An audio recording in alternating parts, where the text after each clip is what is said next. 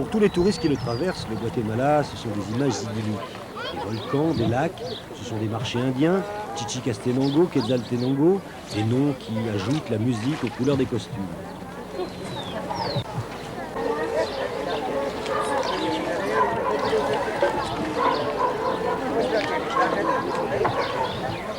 Ce Guatemala, nous l'avons négligé pour nous rendre dans le nord-est, au milieu de la jungle, tout près de la frontière mexicaine, là où une mission de Vétérinaires sans frontières applique sa devise, soigner les animaux pour que les hommes ne meurent pas comme des bêtes. Un petit avion hors d'âge volant entre les orages tropicaux nous évite 8 heures d'une piste infernale.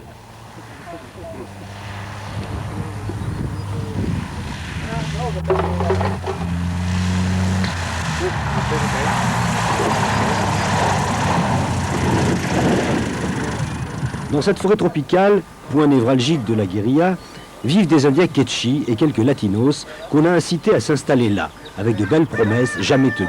Ils ont défriché la forêt avec de simples machettes, planté du maïs, de la cardamone, et depuis, ils luttent pour survivre dans un cadre lui aussi grandiose, mais hostile et impressionnant, où les massacres du début 80 ont laissé une impression pesante.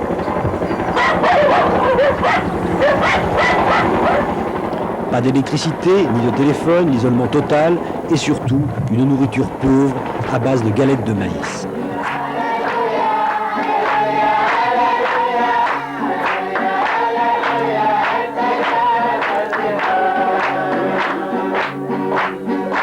C'est l'organisation Médecins du Monde qui a signalé à Vétérinaires sans frontières la pauvreté et la dénutrition de quelques habitants de ce monde perdu. Ce qui nous a sauté aux yeux, c'est que d'une part, les gens ne mangent pas assez d'œufs, pas assez de lait, pas assez de viande. Et pourquoi est-ce qu'ils n'en mangent pas assez? Parce qu'il y a des maladies qui tuent les animaux et que les gens n'arrivaient pas à lutter contre ces maladies. D'où la définition de la mission, qui était donc de former des gens pour soigner les animaux de manière à ce que la population ici puisse manger plus de protéines.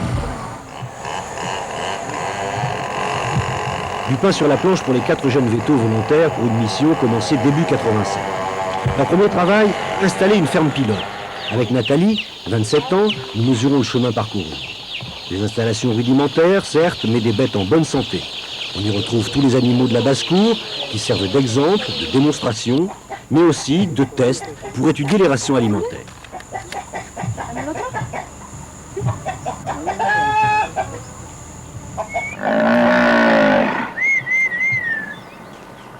Pour financer tout cela, uniquement des dons, car Vétérinaires sans frontières ne reçoit aucune subvention pour le moment.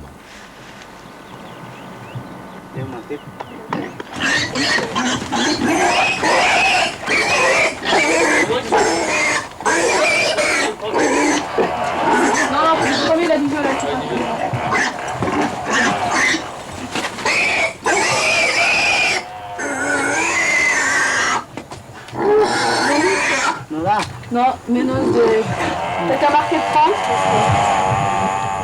Pivot de l'action de Vétérinaires sans frontières, la formation de promoteurs d'élevage, capables de continuer l'action de la mission une fois celle-ci terminée.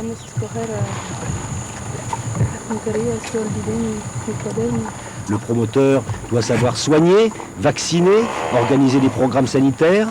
Pour cela, il reçoit 5 semaines de cours théoriques rédigés de manière étonnamment limpide. Les vétos lui enseignent ensuite la pratique et petit à petit, il devient autonome et prend un rôle de vétérinaire à temps complet.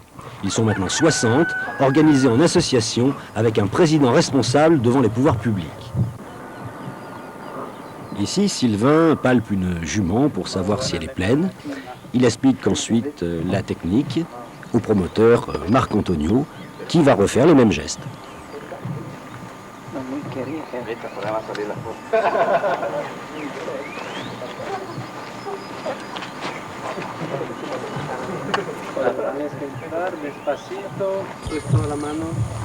Régulièrement, le promoteur organise des charlas, cours d'initiation pour les villageois. Ce sont surtout les femmes qui s'occupent du bétail.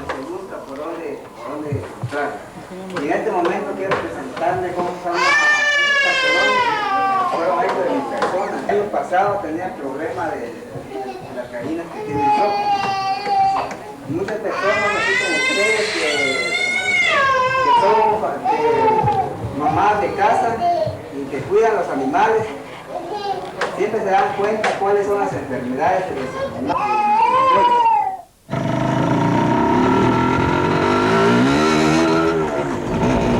Chaque matin, le travail est distribué entre les 4 vétos qui partent vers leurs objectifs, en moto ou en pick-up, tant que la piste le permet, mais la fin du trajet s'effectue en général à pied.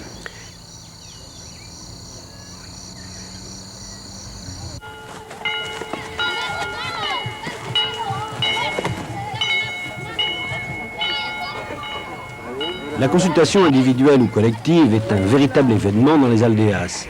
Avec Jérôme, à San José, au son de la cloche, tous viennent amener leurs animaux malades.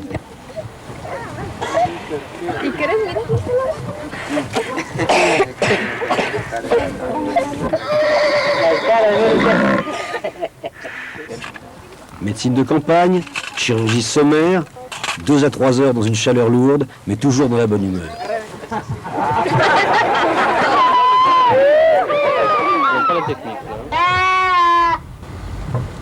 Dominique, 23 ans, place une perfusion à une chèvre bien mal en point. Elle est ensuite confrontée à la stérilité d'une superbe truie. De vastes campagnes de vaccination sont organisées sur le bétail, mais les chiens ne sont pas oubliés.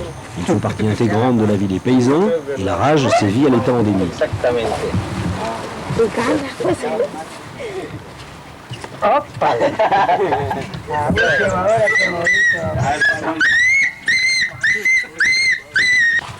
Avec Sylvain, nous vaccinons 90 chiens à Santa Maria Dolores, sous l'œil de miliciens armés, guérilla oblige.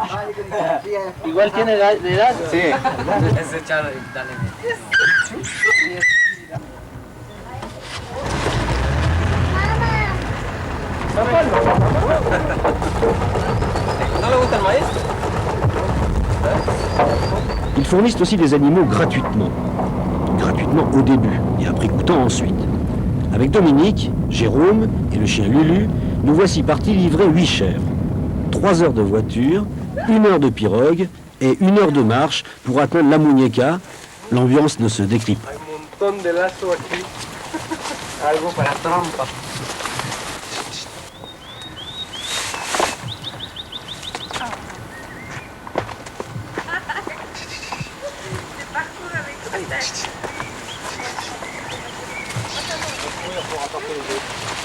J'adore ça.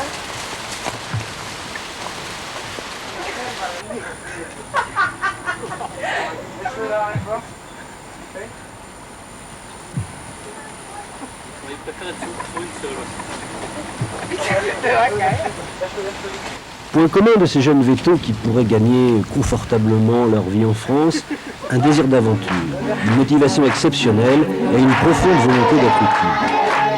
Malgré leur isolement et les 3000 francs par mois qui leur sont alloués, la fin de la mission sera un déchirement, car les liens qui se sont créés avec les populations sont ceux de la reconnaissance mutuelle et par-dessus tout, ceux du cœur.